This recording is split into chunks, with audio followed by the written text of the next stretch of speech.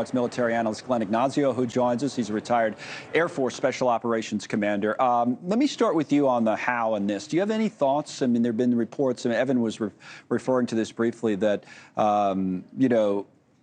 again, we don't have it confirmed 100% yet, but maybe there was a U.S. drone coming back, so the air defenses were down. But in other words, do you think this is something that was just a terrible coincidence that allowed the drone strike to get through, or maybe something that these Iranian proxies have discovered as a weakness in our defense and they took advantage of it? Any sense?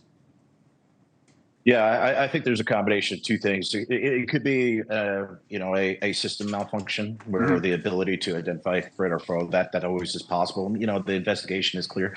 But at the same time, there is a fog of this as if we do have a particular drone in the area and something comes in.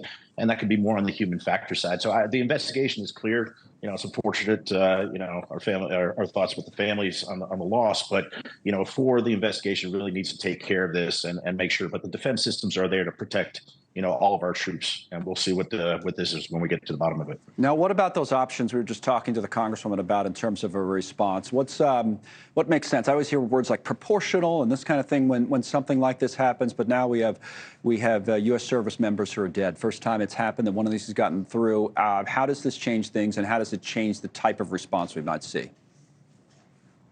Yeah, I mean, being apolitical, I see strengths and weaknesses on both sides of what's been said. So when you see 150 plus attacks, we are being reactive in nature. You don't want to go out there and just strike everything, but we have to be preemptive in strikes. We saw a little bit of that with the Houthis, where we saw some missiles on the rails. We took those sites out. That's really what has to happen in this particular area, is be able to strike anybody that is preparing to attack the United States, not just in response.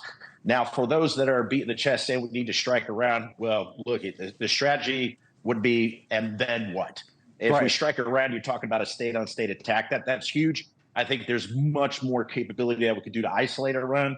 But as far as their factions that are taking this, I think they need to be definitely taken to task on this rather intensely, is the best way to put it. Yeah, I guess it's fair to look at this and say, if all these numbers, we have them on the screen now, or we had them that were adding up, and like you say, 150, 160 attacks, that, yeah, none of them got through until now, but they still existed. So the idea that whatever we were doing to deter Iran and its proxies was not working, that seems logical, right? Doesn't seem like it was working. So you want to do something different. But to your point, attacking Iran inside of Iran, that's something much different. There's a greater risk there, right? Yeah, completely. And you guys in News Nation have been the first about this, as we've talked about in the past, as far as how this thing has spilled over. We've seen the attacks without seeing the responses. Yeah. But like I said, you attack another state.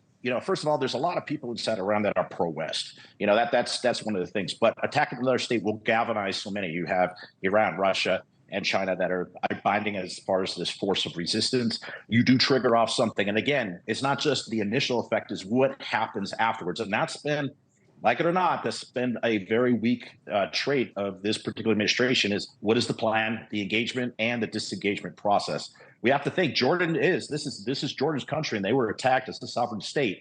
Will they be doing something with us? There's a lot of play here in the short term here. All right, so that might change the timing on it. We'll see. That's another good point as the president considers his options. Major Glenn Ignazio, always appreciate your analysis. Retired Air Force commander with us.